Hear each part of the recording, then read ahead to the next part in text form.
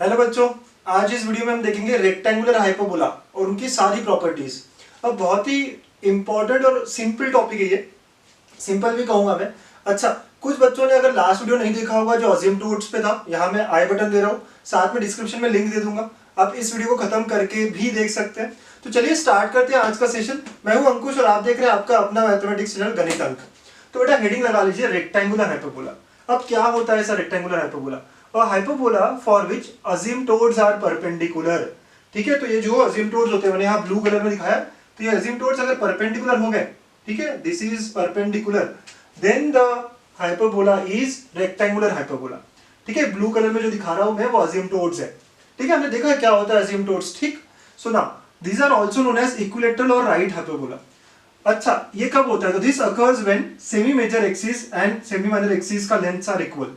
ठीक है, that is जब a इक्वल टू बी होता है तब हम हाइपरबोला को रेक्टेंगुलर हाइपरबोला कहते हैं, क्योंकि उसी समय उसी पॉइंट पे हमारा असिम्प्टोट्स के बीच का एंगल 90 हो जाता है। हमने देखा था लास्ट वीडियो में, राइट? ओके, बट हमें पता है हाइपरबोला का इक्वेशन क्या होता है। तो वी न्यू कि इक्वेशन और we have equation of hyperbola as x square by a square minus y square by b square. तो यहाँ पे b स्क्वायर की जगह भी a स्क्वायर रहेगा, because it is nothing but b और a इक्वल है। ठीक है, तो यहाँ b स्क्वायर की जगह पे भी क्या है बेटा? a स्क्वायर आया। तो इसका मतलब इक्वेशन ऑफ हाइपरबोला क्या हुआ? So therefore equation of rectangular hyperbola is okay, rectangular hyperbola का इक्वेशन क्या हो जाएगा? X square minus y square equal to a square, है ना? आप ये याद रख सकते हैं क्योंकि ए और बी दोनों इक्वल है। हमारा इक्वेशन हमें पता है वाई स्क्वायर के नीचे बी स्क्वायर होना चाहिए, but since they are equal I can write like this. ठीक है बेटा। अच्छा, अगर आप इसका इसेंट्रिसिटी निकालना चाहो तो ई स्क्वायर क्या होता है? A square plus B square. B square यहाँ पे फिर से ऐसे आ गया, तो इट कम्स आउट b2। मतलब eccentricity is always √2 for rectangular hyperbola. बहुत ही इंपॉर्टेंट पॉइंट है। ठीक है। अच्छा सर, पेयर ऑफ असिम्प्टोट्स का इक्वेशन क्या होगा? तो pair of asymptotes here will be, ठीक है, it will be nothing but x square minus y square equal to 0। Sir 0 ही क्यों? कांस्टेंट से डिफर करता है हमें पता है, तो x square minus y square होना चाहिए और सेंटर से पास हो रहा है, मतलब ओरिजिन से पास हो रहा है, तो it will be equal to 0। मतलब यहां से अगर आप देखेंगे तो इसके दो इक्वेशंस क्या आएगी? y equal to x and y equal to minus x are its asymptotes. तो ये लाइन होगी हमारी y इक्वल टू x और ये लाइन होगी हमारी y equal to minus x। और आप क्लियरली देख सकते हैं इन दोनों के बीच में एंगल कितना है सर? 90 डिग्री का है, क्योंकि आपको पता है कि ये इंक्लिनेशन कितना बना रहा है? 45 और ये भी 45 का बना रहा है। ठीक है, तो ओवरऑल एंगल जो है वो 90 आ चुका है। गॉट इट बच्चों? बहुत ही आसान चीज है, ध्यान रखना है आपको। तो रेक्टेंगुलर हाइपरबोला का equation x square minus y square equal to a square दिखता कैसे है सर? यही है। ठीक है, बस यहाँ पे जो लेंथ है सेमी मेजर और सेमी माइनर वो दोनों क्या होगा? इक्वल हो जाएगा। ठीक है, eccentricity always √2 and asymptotes are nothing but y equal to x and y equal to minus x। ठीक, तो ये वो पहला फॉर्म। अब बच्चों हम क्या करेंगे, थोड़ा सा इंटरेस्टिंग बनाएंगे इस चीज को। हम क्या करेंगे, इसको रोटेट कर देंगे। इसको ऐसे रोटेट करेंगे, ऐसे रोटेट करेंगे ताकि ये जो असिम्प्टोट्स है वो हमारे एक्सिस बन जाए। ठीक है, तो ये असिम्प्टोट्स जो है ना वो हमारे एक्स एक्सिस और वाई एक्सिस बन जाए। तो हम इसको रोटेट करेंगे बाय 45 डिग्री। ठीक है, एंड लेट अस सी कि अब ये रेक्टेंगुलर हाइपरबोला तो रहेगा ही, क्यों? क्योंकि असिम्प्टोट्स तो अभी भी 90 डिग्री रखेंगे ना बीच में। इसको मैं ऐसे रोटेट घुमाने वाला हूं बच्चों। ठीक है, अब देखोगे अभी मैं फिगर बनाऊंगा, इसको मैं घुमाऊंगा ऐसे, अभी भी असिम्प्टोट्स के बीच में एंगल 90 रहेगा। तो अब जो नया बनाने वाला हाइपरबोला वो दिखेगा अलग, लेकिन वो भी रेक्टेंगुलर हाइपरबोला ही होगा। हाँ, चलिए देखते हैं उसको। ठीक है, तो जैसे हम कह रहे थे, हम क्या कर रहे हैं, ये हमारा रेक्टेंगुलर हाइपरबोला है, इसको हमने रोटेट कर दिया। तो ये जो ब्लू कलर की लाइन है दोनों भी जगह वो असिम्प्टोट्स है। तो अब मेरा रोटेट करने के बाद असिम्प्टोट्स क्या हो गया? ये हो गया हमारा y इक्वल टू 0 और ये क्या? x equal to 0। तो for this rectangular hyperbola refer to asymptotes as axis, है ना? Equations of asymptotes will be, equations of asymptotes is x equal to 0 and y equal to 0। So that is pair of asymptotes का equation क्या होगा? Pair of asymptotes is nothing but is xy equal to 0।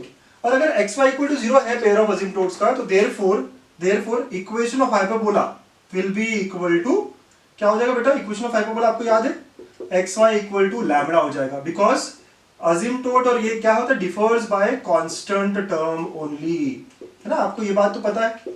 ठीक है, सिर्फ constant से ही तो differ करते हैं। तो यहाँ असिम्प्टोट जो है हमारे, आप देख सकते हैं कर्व कैसे दिख रहा है, ये दोनों ही एक्स एक्सिस और वाई एक्सिस दोनों ही क्या हो रहे हैं? इंफिनिटी पे टच होने वाले, मतलब असिम्प्टोट्स की तरह एक्ट करेंगे। ठीक है, तो ऐसे एक्ट करेंगे ये।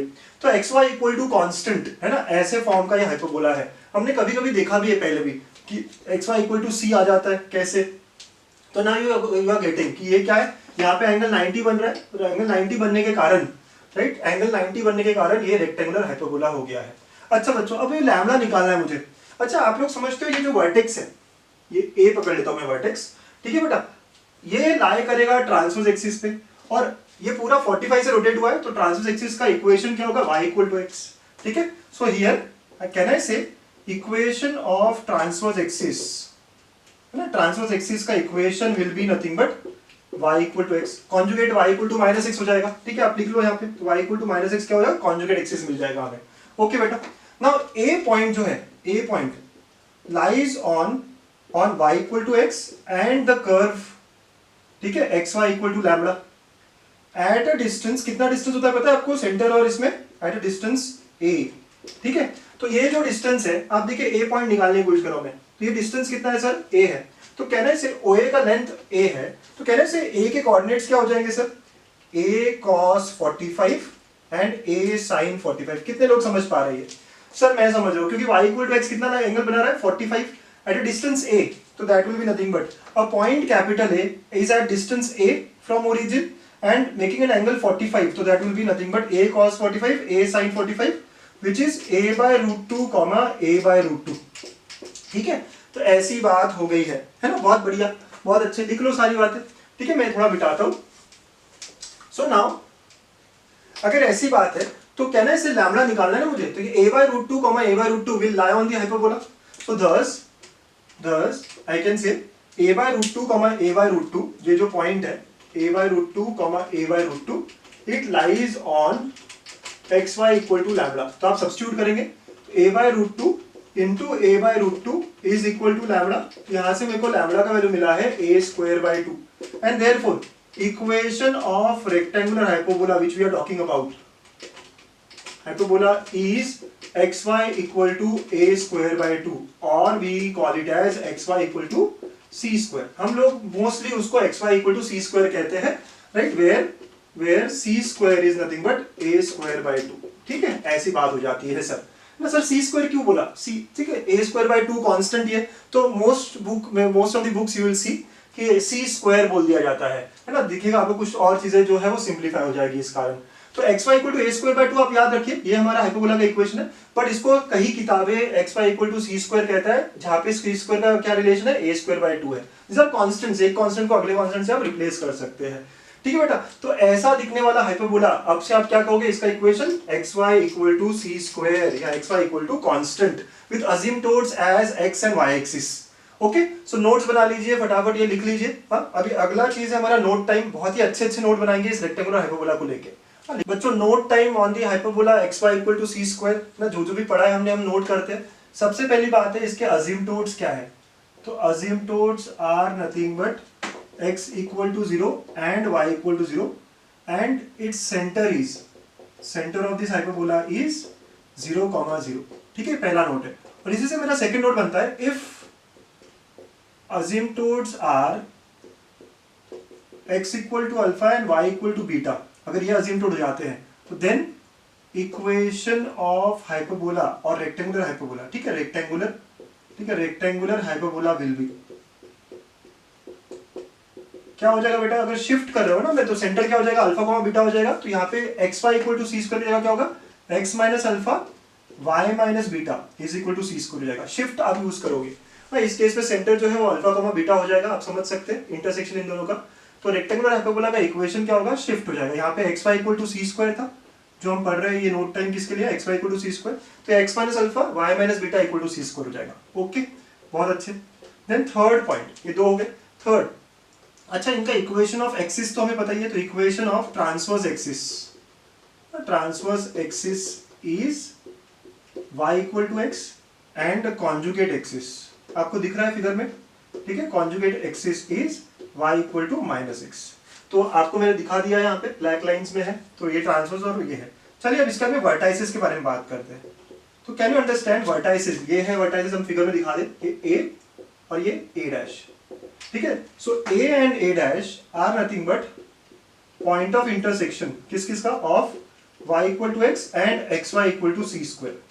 ठीक है बेटा, तो आप साइमल्टेनियसली सॉल्व करोगे इसको तो देखिए क्या मिलता है आपको, साइमल्टेनियसली सॉल्व करो आप इसको तो you get vertices as c comma c, right, ये a बन गया and a dash is minus c comma minus c। एक तो वर्टेक्स फर्स्ट और थर्ड क्वाड्रेंट में भी समझ में आ रहा है, y equal to x line पे भी है, आप इनको साइमल्टेनियसली सॉल्व करोगे x square equal to c square होगा तो प्लस माइनस c आएगा। This is how you get vertices. Fifth, अब नेक्स्ट फोकाई को क्यों छोड़े, फोकाई ले लेते हैं। फोकाई क्या होता है, यहाँ पे आएगा, ठीक है, तो लेटर से s और यहाँ पे है s dash, again first to third quadrant, और इसेंट्रिसिटी पता है ना आपको क्या है, √2 है, तो दस foci will be nothing but √2c comma √2c, ठीक है, ये s हो जाएगा एंड s डैश क्या हो जाएगा बेटा, तो minus √2c comma minus √2c, ठीक है, तो ये हो जाएगा हमारा फोकाई। ठीक है, तो √2c and minus √2c, y equal to x line पे ना, तो दोनों कंपोनेंट तो सेम ही होने चाहिए, एक फर्स्ट क्वाड्रेंट एक थर्ड क्वाड्रेंट, और इसेंट्रिसिटी पता है हमें, सारी बातें पता है, हम निकाल सकते हैं आराम से। ठीक है, ओके सर, तो ये फिफ्थ हो गया। नाउ सिक्स्थ, अगर मुझे लेंथ ऑफ लैटिस रेक्टम पूछ लिया जाए, length of lattice rectum, so length of lattice rectum हमारा फॉर्मूला था 2b², ठीक है, मुझे तो यही पता है, मैं देखो कैसे डिराइव करता हूँ। अब रेक्टेंगुलर हाइपरबोला की बात चल रही है, तो here a is equal to b होता है, तो ये क्या हो जाएगा, a इक्वल टू b कर दिया, therefore LR will be nothing but 2a। ठीक है, सब a के टर्म्स में अगर आ गया, मतलब अगर मैं x square minus y square equal to a square की बात कर रहा होता तो उसका LR क्या आता, 2a आता, बट यहाँ पे तो क्या है, c के टर्म्स में आना चाहिए आंसर। अच्छा, do you remember, so we know a और c में एक रिलेशन था, c square is a square by 2, मतलब a इज √2c ना। आराम से देखिए बेटा, बिल्कुल जल्दी नहीं है। लैटिस रेक्टम का फॉर्मूला हम सबको पता है क्या है, 2b², बट हम रेक्टेंगुलर हाइपरबोला के बारे में बात कर रहे हैं, तो a और b इक्वल हो गया, तो ये बन गया 2a। ठीक है, लेकिन मेरा जो इक्वेशन है वो c के टर्म्स में, तो मेरा आंसर भी c के टर्म्स में आना चाहिए, तो दस 2a को मैं c के टर्म्स में कैसे लिखूंगा, तो we have relation c square is a square by 2, अभी जब निकाल रहे थे हमें याद रखना है ये रिलेशन को। सो देयरफॉर LR का जो लेंथ है वो क्या हो जाएगा बेटा, 2√2c। तो अगर आप c के टर्म्स में याद रखना चाहते हो तो डायरेक्टली यही याद रख लो कि LR का लेंथ इज 2√2c। ठीक है, तो अगर xy इक्वल टू 4 दिया हो, राइट, तो आपको यहाँ पे बराबर से आंसर रखना है, इस तरह आपको काम करना है। तो 2√2c याद रखिए, या फिर आप जैसे 2a सब लेके आया जैसे मैं, right, you can come out with the answer like this. ठीक है, तो ये पहले 6 लिख लीजिए, और भी देखेंगे अभी।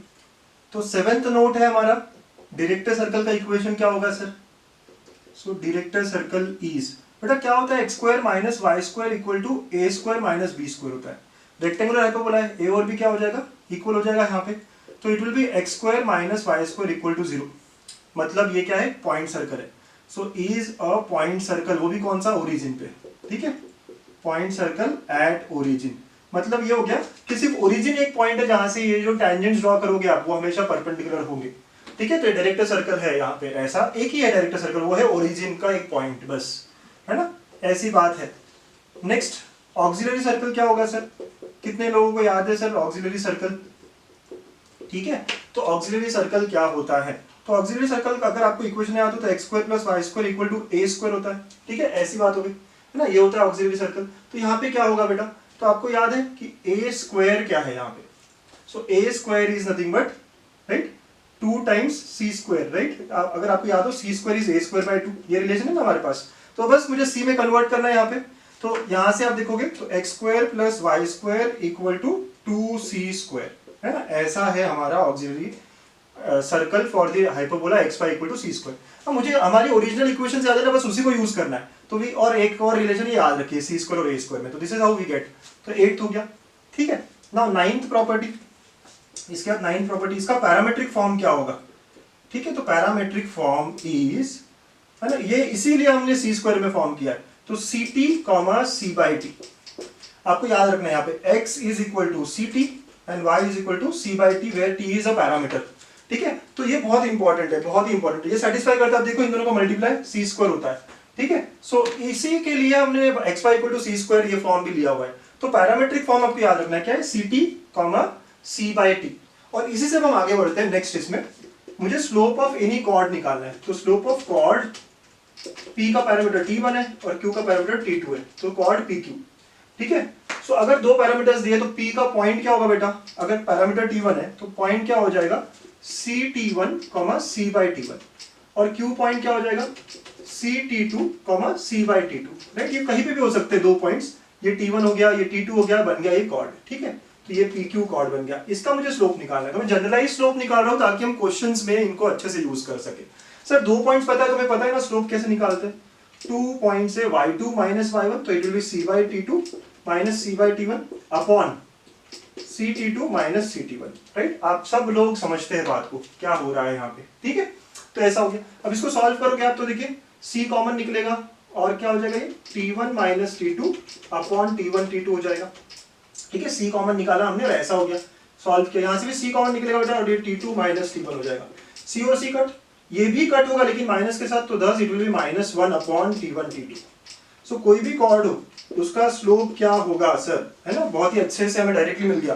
तो अगर कोई कॉर्ड है जिसके पैरामीटर्स t1 t2 है, ठीक है, कोई कॉर्ड है जिसके पैरामीटर t1 t2 है, तो उसका स्लोप सीधा क्या हो जाएगा -1 t1 t2, उनके पैरामीटर का मल्टीप्लिकेशन, रेसिप्रोकल और फिर निगेटिव, ठीक है? नोट करना है आपको और याद भी रखनी है बातें, क्योंकि क्वेश्चन जब मैं करूंगा ना तो आप हर चीज बेसिक से नहीं लाना चाहोगे। हम नोट्स इसलिए बनाते हैं कि हमारी स्टेप्स कम हो जाए, ठीक है?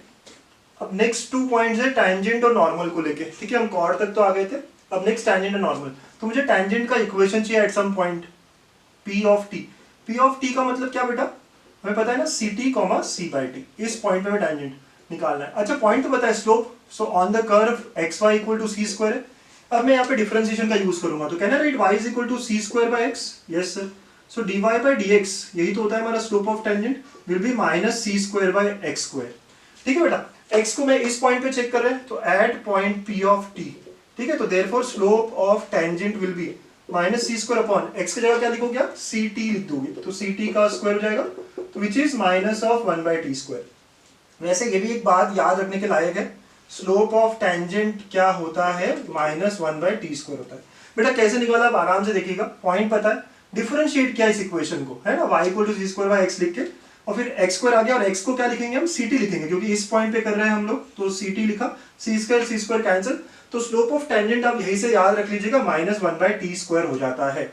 And therefore equation of tangent will B, क्या हो जाएगा इक्वेशन ऑफ टैंजेंट, आप देखो, तो y माइनस y1 मतलब c/t is equal to x minus, ठीक है, is equal to m times slope into x minus x1, ठीक है? तो स्लोप क्या है, -1/t square into x minus ct, ठीक है? इसको आप सॉल्व कर लेते हैं, इधर लेके जाते हैं, सॉल्व करते हैं, देखिए क्या मिलता है, t square y minus ct is equal to minus x plus ct। तो देयरफॉर अगर एक तरफ लेके गए तो x plus t square y, ठीक है, minus 2ct is the equation. पूरा याद करने की जरूरत नहीं है, ठीक है? इज इक्वेशन ऑफ टैंजेंट, पूरा याद करने की जरूरत तो नहीं है, बस आपको पता होना चाहिए पॉइंट ऑफ कांटेक्ट क्या है और स्लोप क्या है। स्लोप याद रखिए आप -1/t स्क्वायर होता है, अगर पैरामीटर t दिया है तो डायरेक्टली आप स्लोप निकाल सकते हो, ठीक है? तो ये आती है हमारी equation of tangent is equal to 0, ठीक है? वैसे ही अब नेक्स्ट और आखिरी पॉइंट है नॉर्मल के बारे में। सो इक्वेशन ऑफ नॉर्मल क्या होगा sir, so now at point p जिसका पैरामीटर t स्क्वायर, तो स्लोप ऑफ नॉर्मल क्या होगा सर, स्लोप ऑफ टैंजेंट यहाँ -1/t स्क्वायर है, तो ये -1 बाय स्लोप ऑफ टैंजेंट होता है which comes out to be t square. तो स्लोप ऑफ नॉर्मल जो है वो t स्क्वायर है, इसका रेसिप्रोकल और नेगेटिव, ठीक है? तो नॉर्मल का स्लोप मिला, तो therefore now equation of normal will be, ठीक है? ये नॉर्मल की इक्वेशन क्या होगी, तो y माइनस y1, ठीक है, is equal to slope into x minus x1, ये पॉइंट पे है।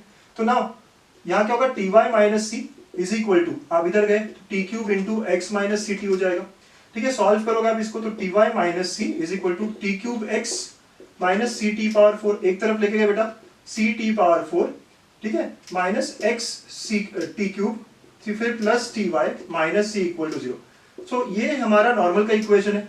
तो इफ आई आस्क यू कि how many number of normals maximum possible which passes through some h, k, तो अगर h, k से पास करेगा तो ct power 4 minus h t cube, ठीक है, plus tk minus c equal to 0, ऐसे हो जाएगा।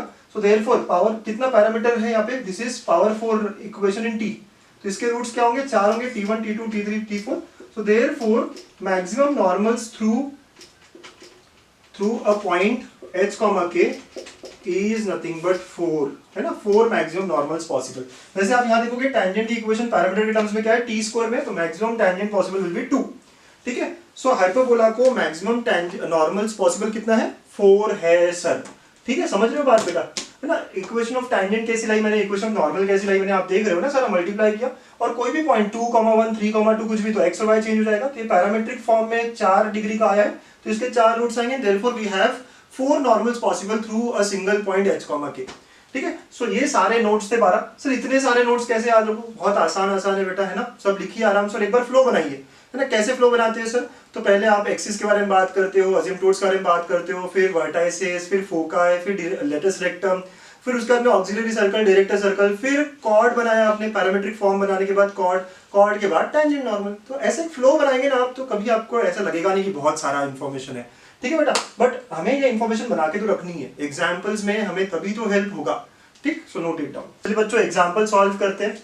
अब बड़ी खुशी होगी अगर आप खुद से सॉल्व कर सकते हो इस एग्जाम्पल्स को, तो पॉज करो वीडियो, सॉल्व कर लो और आंसर चेक कर लो 2 मिनट आगे करके। ठीक है, बहुत अच्छा रहेगा आपके लिए भी।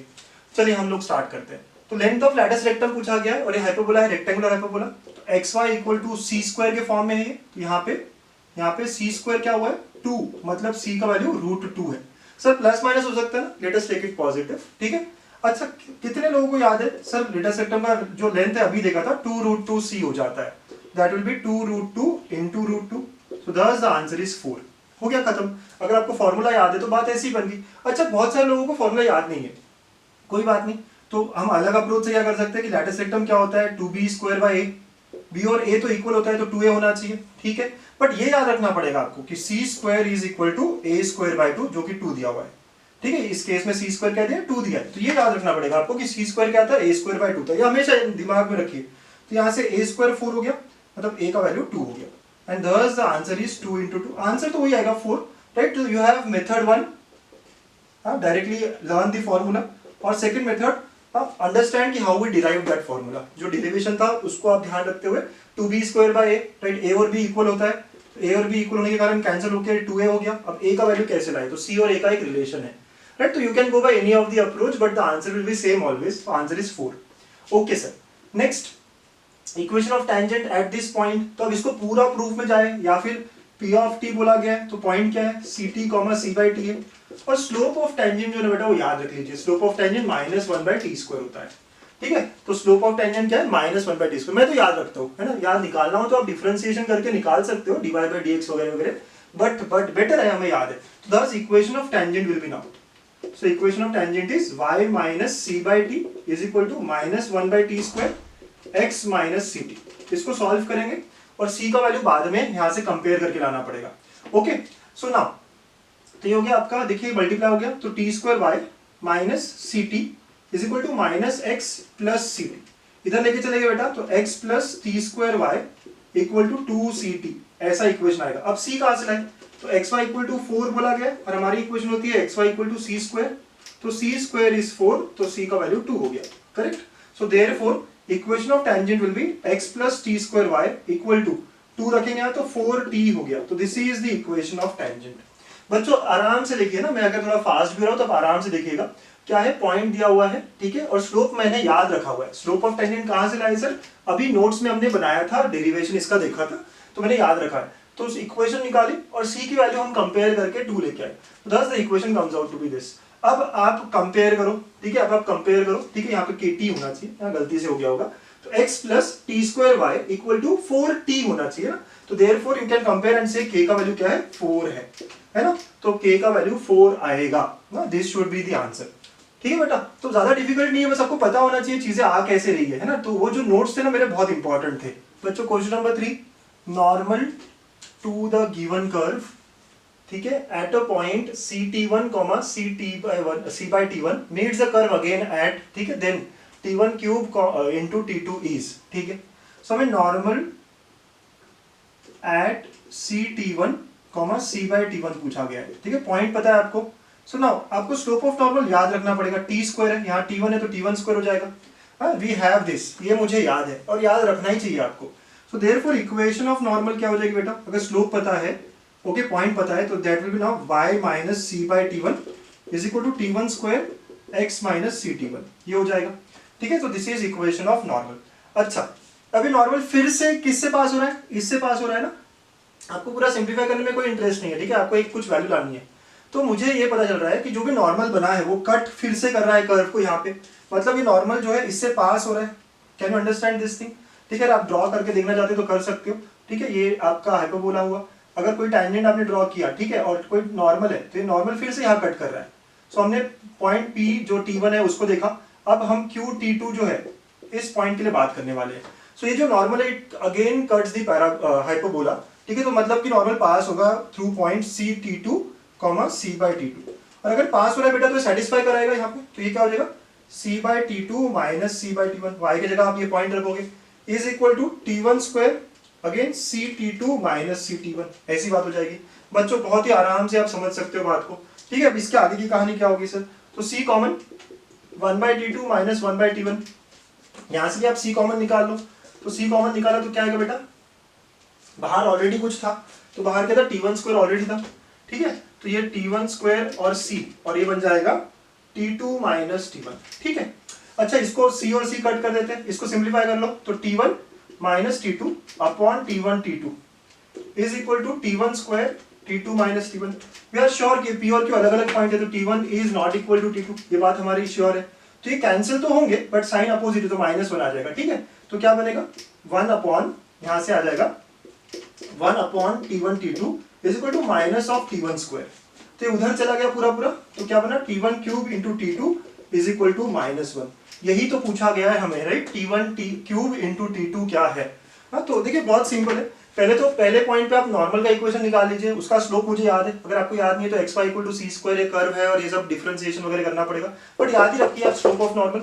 इक्वेशन बन गया, आप इसको सिंप्लीफाई करने में मत लगिए आप, क्योंकि आपका जो टारगेट है, आपको जो पूछा गया है वो ये है कि कुछ T1 T2 का मल्टीप्लीकेशन, कुछ रिलेशन, तो ये अगेन पास करेगा थ्रू नॉर्मल। तो सब्स्टिट्यूट किया आपने इस पॉइंट को और फिर सॉल्व करते करते हमारा जो आंसर है वो हमें मिल जाएगा। तो T1 cube into T2 is equal to -1, ये आ गया हमारा answer. Question number 4, PQ and RS are two perpendicular chords of rectangular hyperbola. ठीक है, अगर हम रेक्टेंगुलर हाइपरबोला को ड्रॉ कर ले, ऐसे कुछ है, तो दो कॉर्ड्स है जो एक दूसरे से परपेंडिकुलर है। सो लेट अस से एक कॉर्ड हमने बना दिया यहाँ पे, कोई लेट अस अज्यूम कि ये एक कॉर्ड है। ठीक है, ये एक कॉर्ड बना दिया हमने और दूसरा कॉर्ड इससे परपेंडिकुलर होगा।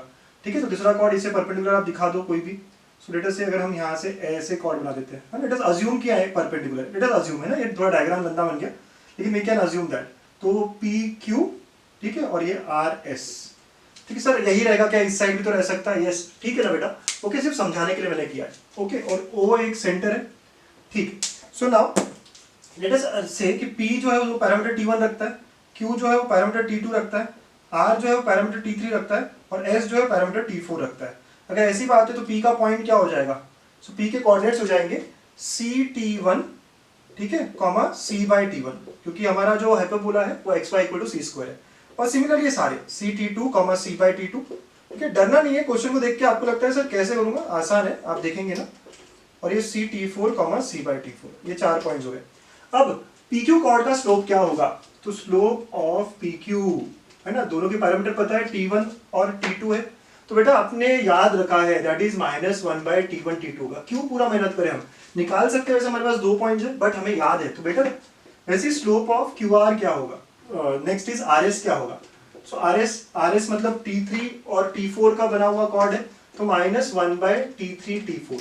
एंड सिंस परपेंडिकुलर, तो ये परपेंडिकुलर है तो मतलब क्या होना चाहिए, इनके स्लोप्स का मल्टीप्लिकेशन -1, तो -1/T1 T2 into -1/T3 T4 should be equal to -1। तो यहाँ से मुझे रिलेशन मिला T1 T2 T3 T4 comes out to B -1। ठीक है बेटा, आप सॉल्व करो इसको पूरा पूरा, तो ऐसे मिल जाता है आपको, ये सॉल्व करके रिलेशन मिला है।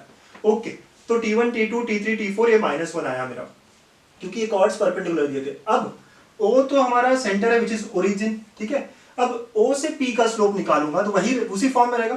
तो लेट अस से मैं स्लोप ऑफ OP निकालता हूँ, तो स्लोप ऑफ OP O0 0 है, P का पॉइंट हमारे पास है, तो y2 - y1 C/T1 -0 upon CT1 -0। तो आप देखिए C और C तो कैंसिल, तो ये आएगा 1/T1 स्क्वायर आ गया। ठीक है, तो स्लोप ऑफ OP क्या है बेटा? 1/T1 square. तो सिमिलरली स्लोप ऑफ OQ क्या आएगा? तो देयरफॉर स्लोप ऑफ OQ क्या आएगा? सिमिलर बात होगी ना, 1/T2 स्क्वायर हो जाएगा। तो OR का 1/T3 स्क्वायर, ये सारी बात समझ में आ रही है आपको? ठीक है, OP का स्लोप कैसे निकाला है आपने? O पता है, P पता है, आपने बस फॉर्म बना दिया प्रॉपर्ली। ठीक है, तो y2 - y1 upon x2 - x1, ज्यादा कोई डिफिकल्ट वाली बात नहीं है। तो देयरफॉर हमें क्या चाहिए? Product of slopes. तो product of slope of OP multiplied with slope of OQ multiplied with slope of OR and multiplied with slope of OS. This is what we are supposed to find. तो 1 by T1 square हो गया, ये 1 by T2 square एकदम symmetrical है सारा, 1 by T3 square हो गया और ये 1 by T4 square हो गया. तो हमें चाहिए क्या है, 1 ऊपर नीचे T1 T2 T3 T4 सबका स्क्वायर है, कंप्लीट स्क्वायर लिख सकते हैं. और T1 T2 T3 T4 का वैल्यू है हमारे पास प्रोडक्ट का 1/-1 का स्क्वायर. तो answer comes out to be equal to 1, है ना. क्वेश्चन देख के तो ऐसा लगता है सर क्या पूछ लिया यार, कैसे करूंगा मैं. इतना डिफिकल्ट नहीं बेटा, कॉर्ड का हमने बना के रखा हुआ है, इसलिए बना के रखना ना हमारी कुछ स्टेप्स बड़ी आसान हो जाती है. तो कॉर्ड के स्लोप्स हमें पता थे, तो प्रोडक्ट परपेंडिकुलर होने के कारण -1 हो गया. और फिर एक एक का स्लोप निकाला हमने, OP का, OQ का, OR का, OS का, और उनका प्रोडक्ट दिए हमें. So we got the answer as 1, है ना. लिख लीजिए बच्चों. 5th क्वेश्चन मुझे बड़ा पसंद है क्वेश्चन, आप खुद से ट्राई कर लीजिए. यहाँ पे सर्कल और रेक्टेंगुलर हाइपरबोला मीट कर रहे हैं 4 पॉइंट्स पे. चलिए थोड़ा ड्रॉ करके समझाते हैं आपको. रेक्टेंगुलर हाइपरबोला तो हमें xy = c² बोला गया, और सर्कल कैसा भी हो सकता है ना, कैसा भी हो सकता है कि सर्कल का सेंटर कहीं और हो, ऐसा कोई सर्कल है. ये मीट कर रहा है 4 पॉइंट पे, इसका सेंटर कुछ भी हो सकता है. ठीक है, जनरलाइज ले रहे हैं हम इस बात को. ओके बेटा, तो ये 4 पॉइंट में मीट कर रहा है. तो लेट अस से ये P पॉइंट है जिसका पैरामीटर T1 है, Q पॉइंट है जिसका पैरामीटर T2 है, R पॉइंट है जिसका पैरामीटर T3 है, और ये S पॉइंट है जिसका पैरामीटर T4 है. तो ये 4 पॉइंट्स में मीट कर रहा है. हमें T1 T2 T3 T4 इसका प्रोडक्ट पूछा गया है, और इसके साथ साथ में mean position of the 4 points बोला गया.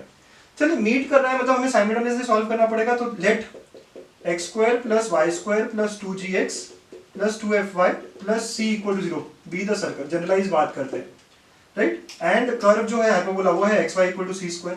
तो फॉर इंटरसेक्शन पॉइंट्स, है ना, फॉर इंटरसेक्शन ना we have to solve them simultaneously, right. तो इंटरसेक्शन पॉइंट्स के लिए, पॉइंट ऑफ कॉमन पॉइंट्स के लिए हमें क्या करना पड़ेगा, दोनों को साइमल्टेनियसली सॉल्व करना पड़ेगा. तो यहां से मैं क्या करता हूँ, y को c² / x लिख के इसमें सब्स्टिट्यूट करता हूँ. ठीक है, तो y जहां जहां मिलेगा ना मैं क्या करूंगा, ये c² / x लिख दूंगा. तो therefore it becomes now x² + y² की जगह क्या लिखना होगा, c² / x, तो उसका स्क्वायर हो गया. 2gx + 2fy की जगह c² / x + d = 0. c और c कंफ्यूजन हो जाएगा, तो इक्वेशन में थोड़ा चेंज कर देता हूँ. सर्कल की इक्वेशन में कांस्टेंट को d कर देता हूँ, क्योंकि यहाँ पे भी c है, तो it should not be mixed up. ठीक है, तो बात समझ में आई आपको कि सर्कल की इक्वेशन है, ये है, दोनों को साइमल्टेनियसली सॉल्व करना है. कैसे, तो y निकाला, इसमें रखा. ओके सर, अब इसको सॉल्व करें.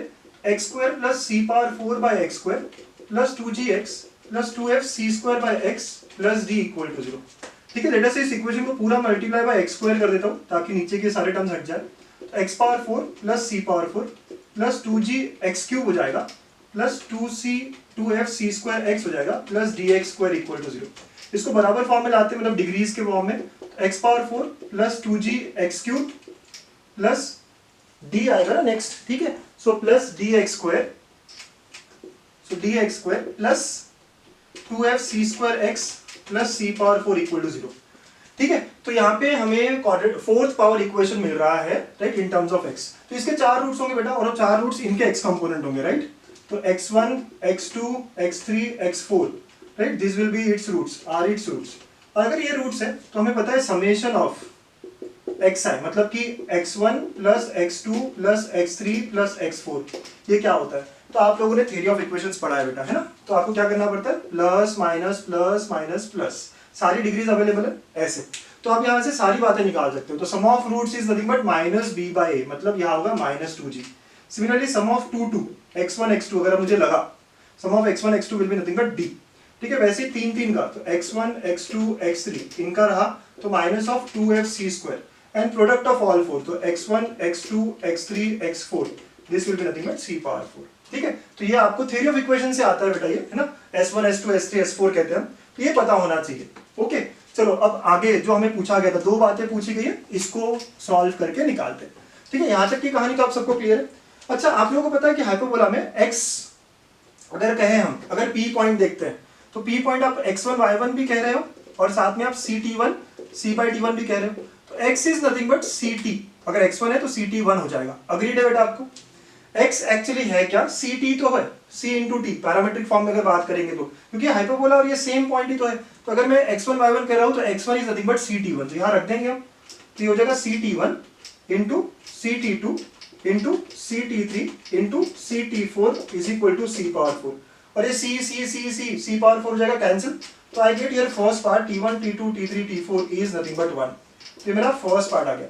सर नहीं समझ में आएगा. अच्छा, आप लोगों को ये बात तो समझ में आई ना कि प्रोडक्ट ऑफ रूट्स यहाँ पे ये होगी, और एक्चुअली x1 क्या है, अगर पैरामीटर t1 कहा है तो पैरामीट्रिक फॉर्म में हम उसको लिख सकते हैं ct1, तो x1 is nothing but x component, तो ct1 होगा। वैसे x2 क्या हो जाएगा, ct2 हो जाएगा, x3 क्या होगा, ct3 हो जाएगा, और x4 क्या होगा, ct4 हो जाएगा। तो फर्स्ट पार्ट हमने सॉल्व कर लिया है ना, बहुत ही अच्छे बच्चा। ओके सर, अब नेक्स्ट पार्ट क्या बोला कि हमें mean position. So mean position क्या होता है ना, ये भी बात बराबर है, पता नहीं हमें।